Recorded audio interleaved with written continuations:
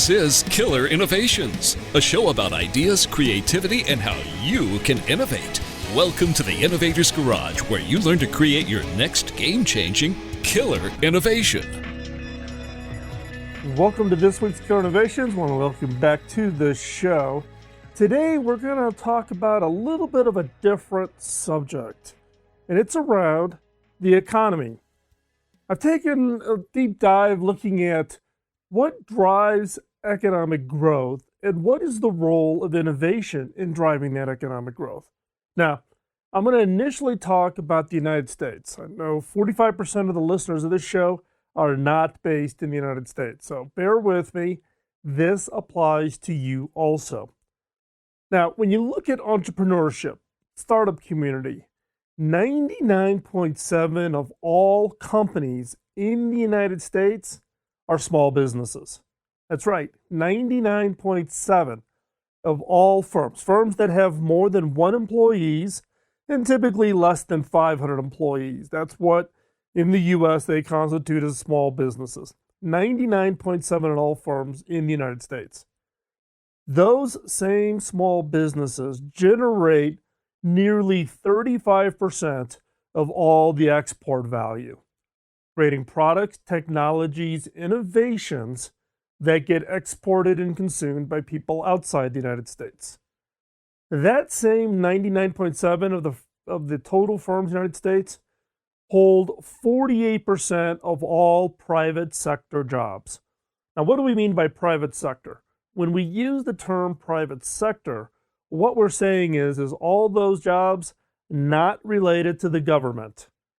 You don't work for the federal government, you don't work for the state government, you don't work for local municipalities. Private sector jobs. Nearly 50% of all private sector jobs are held by small businesses. Now, that's great. That's a number that hasn't moved around a whole lot over the years. But here's the interesting piece. Today, in the current economy, they account for 60% of all new jobs. They're currently 48% of all the employees today, but they today are generating about 60%, a little bit less, of all new jobs. Now, you think that's a great number. I was excited. When I peeled back the onion and I looked at it, though, that's down. From 2001 to 2007, nearly 70%, 69.8% of all new jobs were created by small businesses. Now, what does that say? It's saying that we're not generating enough new jobs. The economy has become stagnant. We're barely treading water when you look at unemployment rates. Some economies around the world are going backwards. Small businesses have always been that engine for job creation. When it's more than 60%, and it used to be nearly 70% of all new jobs were created by small businesses.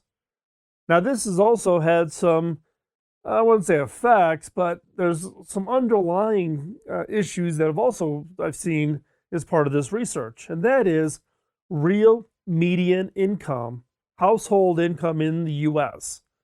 Now, this is the median household income of all households in the United States. What's really shocking is that the real median income for today is the same as it was in 1998. That's right. Real median household income in the U.S. today, when zeroed, balanced to 1990 being the zero mark, we have not sustained any growth accounting for inflation in median income since 1998. We're flat. We've seen some up, we've seen some down, but in all intents and purposes, we are flat. Now, why is that? We're creating new jobs, 60% of all new jobs. We're still growing businesses. The challenge is that the new jobs that we are creating are shifting to lower paying service jobs. Working in restaurants, delivery services, things that are more in the service sector than in the more high-paying value delivery services or value delivery kinds of businesses or jobs. So what is it that we need to do? Think about this. The entrepreneur, the startup community is absolutely critical. We are creating jobs, we're just not creating enough of them. And of the jobs we create, we're not creating the growth in income. The effect of this is that literally the middle class has been treading water the last 20 years. And I've seen this in my extended family.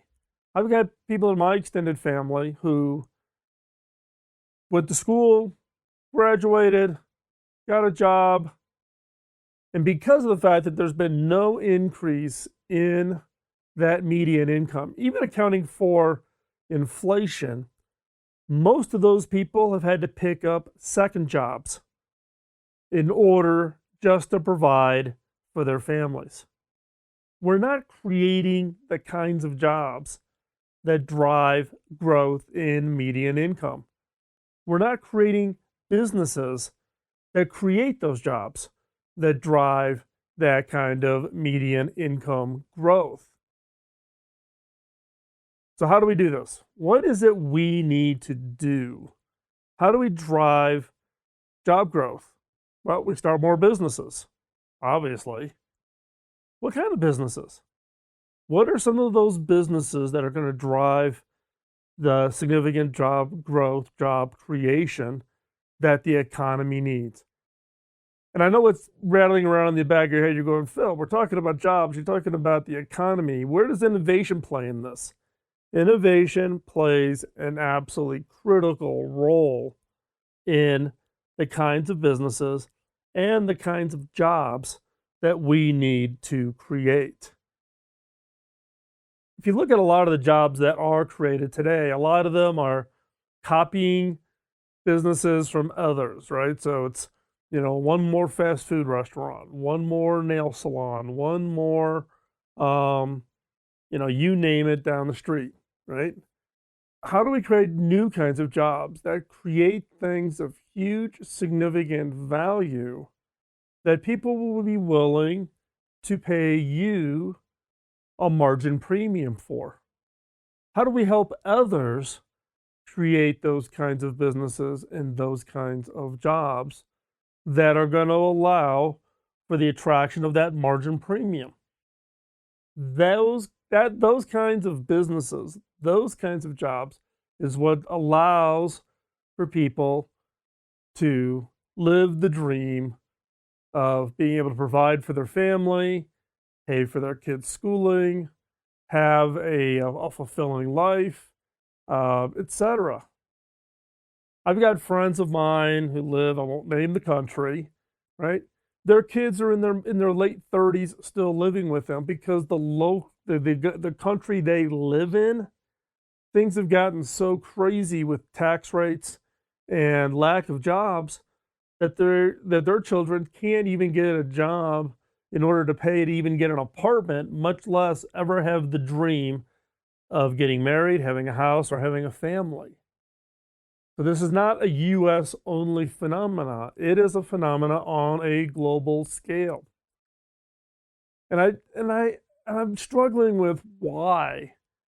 Why over the last 20 years has this become such a big issue? Now you may have an idea, right? I can't hear you. You're probably yelling at your iPad going, Phil, I got the idea, If you do, send it to me. I'm looking. What I'm going to share with you today for the rest of the show is just one idea that I have. And I'd love to hear your feedback. As always, you can drop me a note. My direct email doesn't get filtered. It's phil@pillerinnovations.com. You can send me an email there. Or you can put your comments in the bottom of the show notes. Or you can be part of the conversation. Just go over to my fan page over on Facebook. And underneath this particular show, which gets posted every week, and we can talk about it over there also. But I'm going to give you, through the rest of this show, my idea around how do we think about differently about startups, entrepreneurship, and what that role of innovation is in creating new kinds of economic growth, new kinds of jobs, new kinds of businesses, and new kinds of opportunities that are exciting and will drive economic change on a global basis. So, I know it's a teaser. Don't go anywhere. When we come back, I'm going to pick up right where we left off, and we're going to talk about my idea for a solution. We'll be right back after this commercial break.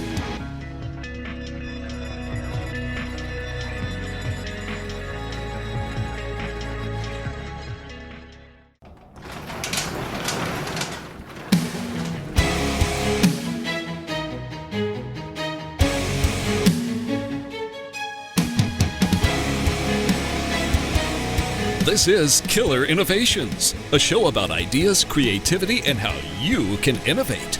Welcome to the Innovator's Garage, where you learn to create your next game-changing killer innovation. Before we hop back into the show, just need to do a quick shout out to Zoom and thank them for the sponsorship of the show. This segment is sponsored by Zoom. Zoom video collaboration technology is a technology I use every day. I use it with my team scattered around the world, across our offices, and to talk with experts and people in my close network of influencers that I engage with around the world who provide me the advice I need in the business I'm in. Check it out. It is the best way to connect with people both inside your organization, and it's insanely simple for people outside of your organization to click in and join in to a Zoom conference call. So check it out. Zoom has arranged for us to provide free accounts, so you can go to killerinnovations.com/Zoom, get your free account. It allows you to collaborate with up to 50 people, 50. So you can invite your entire organization to be on a single call, and you can collaborate with them. Trust me, it works.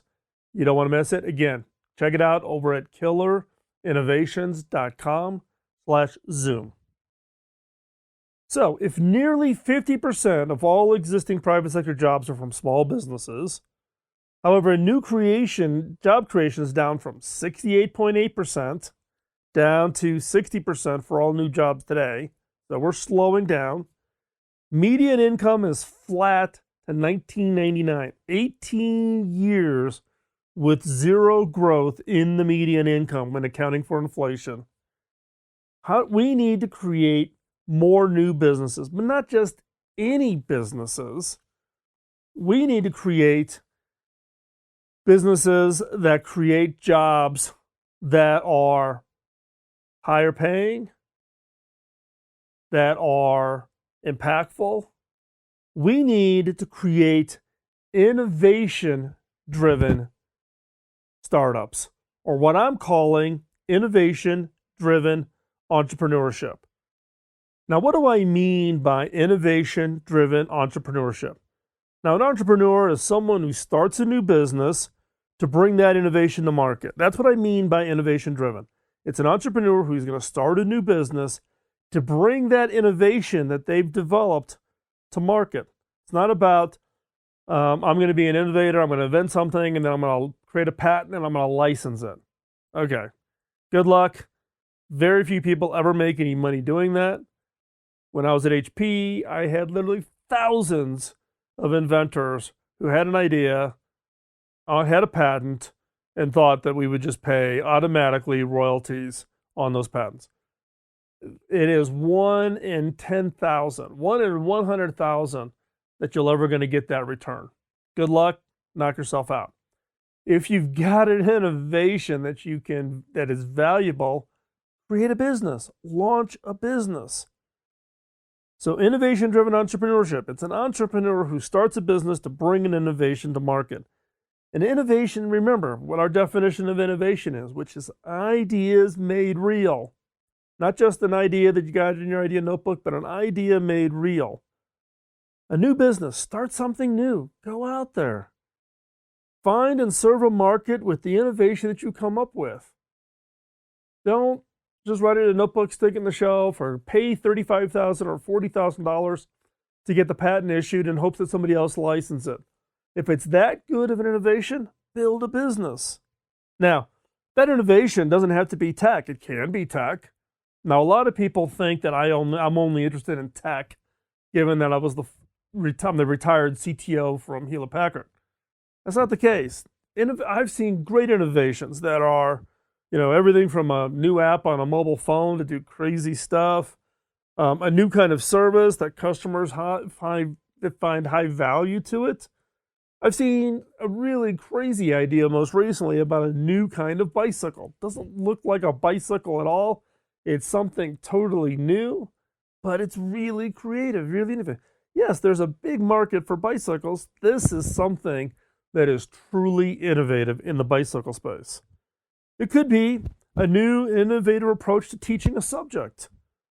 How you can teach, or how you can create a business around teaching people things like foreign language or math, right?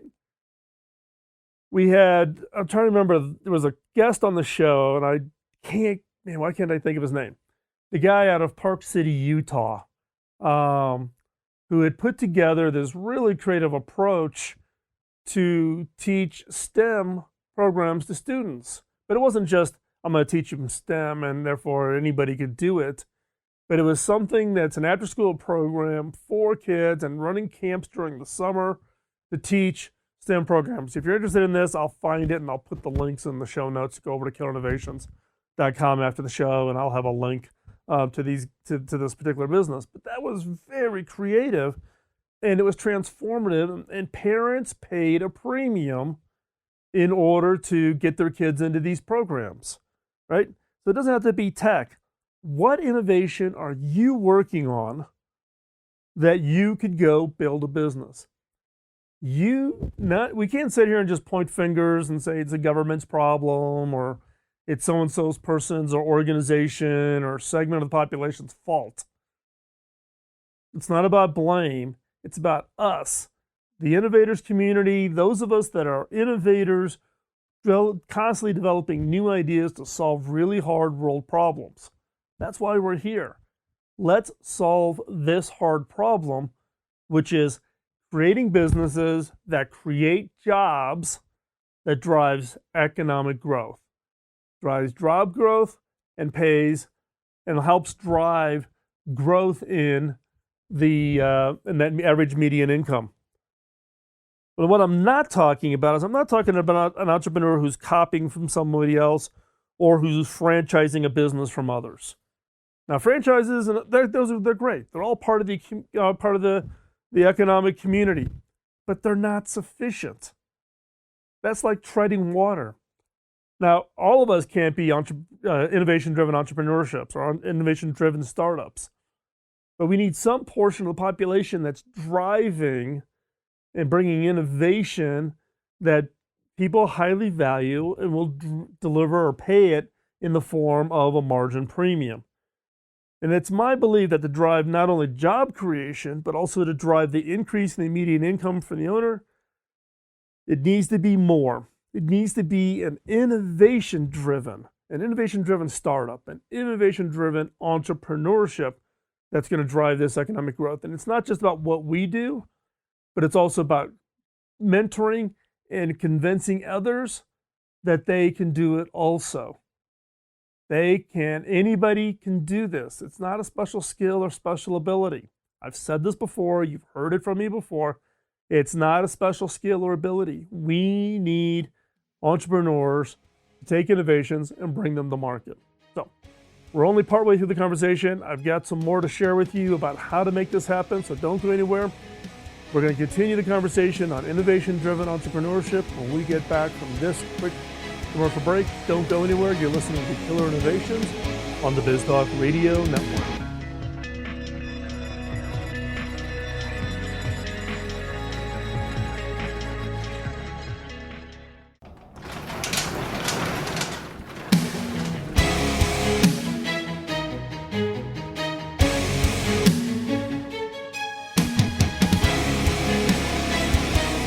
This is Killer Innovations, a show about ideas, creativity, and how you can innovate. Welcome to the Innovator's Garage, where you learn to create your next game-changing killer innovation. Before we hop in, need to give a quick shout out to HP. HP became a sponsor of the Killer Innovation Show. I don't know, 3 months ago, I guess, 3 or 4 months ago. They've been outfitting our studio with some great gear. We have a new HP Z2 workstation. I love it. I've got my EliteBook 360 actually sitting right here in front of me in the studio. I use it every day. It is the device that I carry with me everywhere I travel around the world. HP's been doing some really interesting work around security and privacy. With some of the most recent cyber hacks that have happened out there, how is your information protected? How do you make sure that the information that gets sent to a printer, that's stored on a laptop, that's stored on a desktop, how do you really know it's private and secure? Don't just trust that it just automatically happens. There is a difference between what companies are doing to secure and protect your information. Check out what HP is doing. You can find out by going over to killerinnovations.com/HP or hop on over to hp.com and check out the information that they're putting up there and giving you some guidance and telling you about how they secure and make sure that your information is private. The question that's probably rattling around in your head is, how do you start an innovation-driven startup? How do you become an innovation-driven entrepreneur? Well, break it into 2 parts. Part 1, innovation. You need to find a problem. Now, a lot of great problems come from just what annoyances and frustrations and pain that you have, or your family has, or your friends have, or you observe out there, out and about. Now, 13 years of this show has all been about how to find and create great ideas. So go back, you can listen through all those shows. But here's just a quick flyover. Ask a question, right? What are you going to focus on? Is it a product company that you want to build, a services company you want to build? Could it be software-based? Could it be recreational-based? What is it you want to go do? And make a hypothesis. Come up with an idea. Start someplace. Don't get stuck on a blank piece of paper. Come up with an idea for what you think a solution would be. Ask yourself, what is it? Why would someone want it? And then how would you describe your idea to others? Get it down to like 4 sentences to describe the idea. Next is test your hypothesis. Go talk to people. Now, you're going to go talk to your friends and your family, and guess what? They're going to be really nice to you. Get out and go talk to other people. There was a podcast I did, I don't know, 3, 4, 5 years ago around about my experiences in going into New York and sitting in random Starbucks and asking strangers for feedback on an idea. It was actually a prototype on a little tablet device that we were prototyping. It's probably more than that. It's got to be more like 8 years ago. So I did a story on it for the podcast. It's in the archive, but it was doing this random Starbucks. There's also a podcast on what I call the guerrilla testing. How do you guerrilla test an idea, right? But get out there. Then draw a conclusion. Based on the feedback, collect the results, talk to a bunch of people, get the feedback, draw a conclusion based on what you hear, and then repeat it until you refine it. Take that idea, modify, tweak it, take the feedback, go back out, talk to more people, tell them about your idea, get some feedback. Whatever you do, do not ask for a non-disclosure agreement. That will just turn people off, right? Find people, either total strangers or people you try, whatever's going to make you comfortable. But I'll tell you, if you ask me to sign a non-disclosure, I'm not signing it. So get out there, talk to people, repeat it, right? This really breaks it down into 2 steps: customer or problem discovery and customer validation. Define the problem, describe it, think about it, and then go out and validate it with the customer. That's really part 1 of the innovation. Discover the problem, come up with that idea, and validate it. Now, part 2 is entrepreneurship, right? This is innovation-driven entrepreneur. We've talked about innovation. What about entrepreneurship? This is the E part of FIRE: focus, ideation, ranking, execution. This is the E part. Now, I'll tell you, execution is incredibly hard. Should you have a co-founder? Should you have a partner? If you look at a lot of the great companies, Steve Jobs, Steve Wozniak, Bill Hill at David Packard, the Google boys, even Zuckerberg on Facebook. You go out and you look, right? Edison and Watson. Go through and think about a lot of the really great companies out there. It's hard to be that entrepreneur by yourself. So think about it. Should you have a co-founder partner? You need a vision. You need to have perseverance. It is not going to be smooth sailing. You're not going to come up with this idea. You're not going to pitch it out there, and all of a sudden you got a runaway success and money coming out your ears. Right? You need perseverance. You need to have passion. Customers will detect passion. Your team that you're going to recruit to help you grow this business is going to detect your passion. Passion is a phenomenal attractor. It's a phenomenal validation to everybody you talk to that you're going to be successful. You may not know exactly what the product is or the innovation is. You may not know exactly which customers are going to find this valuable and who you're going to sell it to, but the passion will be contagious. You need a support network. You need to have people around you who are going to be there to support, encourage, give you honest, and I mean honest feedback, not bogus feedback, truly honest feedback. So again, should you have a co-founder? Should you have a partner? Do you have a vision? Something more than just I've got this great innovation, right? That's a one-trick pony. But does this innovation lay a foundation for how you're going to create a company, an organization, a startup that's going to be meaningful?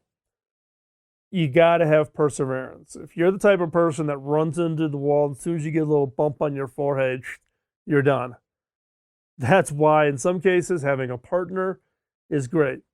The partner may have the perseverance and may have the passion and may not know when to stop hitting the wall, right? And you may be, maybe a little hesitant. Maybe that's a good partnership, right? Perseverance, though, because you're going to have stumbling blocks. You're going to have people criticizing you.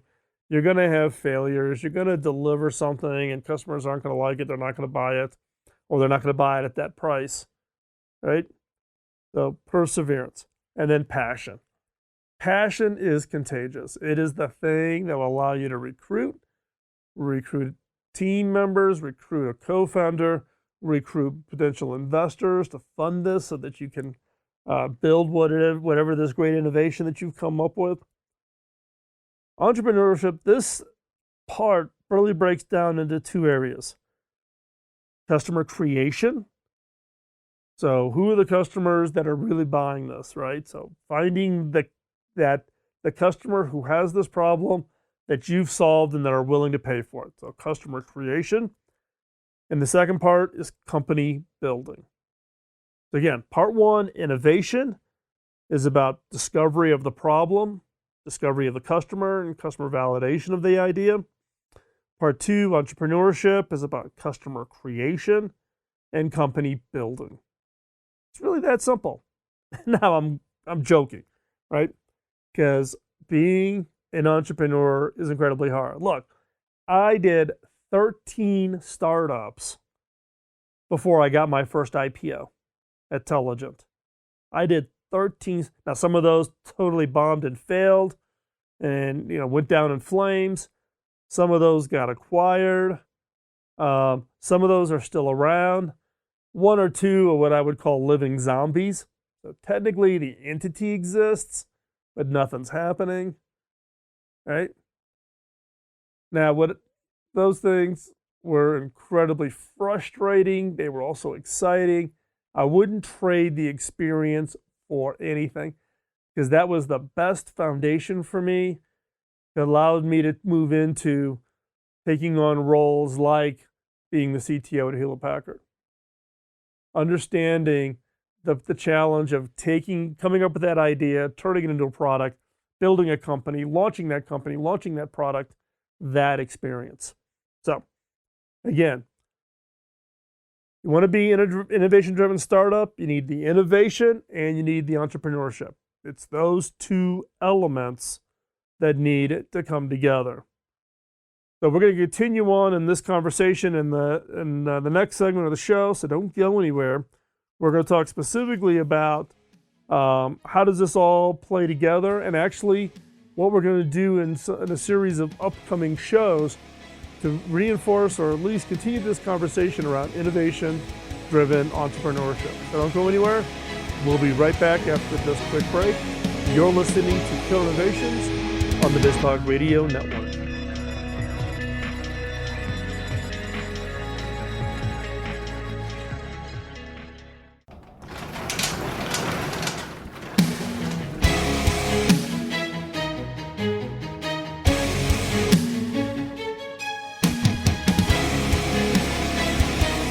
This is Killer Innovations, a show about ideas, creativity, and how you can innovate.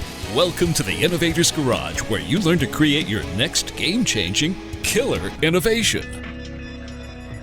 So some of you may think I'm being all doom and gloom, but the fact is that the global economy is in trouble. We're slowing down in startup businesses. Why? Because I believe going out and talking to people, particularly people that are not living in Silicon Valley, not living in New York, not living in LA, there's no confidence. There's no hope. In fact, there was a recent study that just came out this week that 25% of the male population in the United States has totally dropped out of the economy. Don't have a job, and they're not looking for a job. 25% of the male population. Growth in the economy is what we all need. We need to give not only them hope, but also ourselves hope. Now, I've said this before, I've said it many times in previous shows. I truly believe that I can teach anyone to identify ideas that can become killer innovations.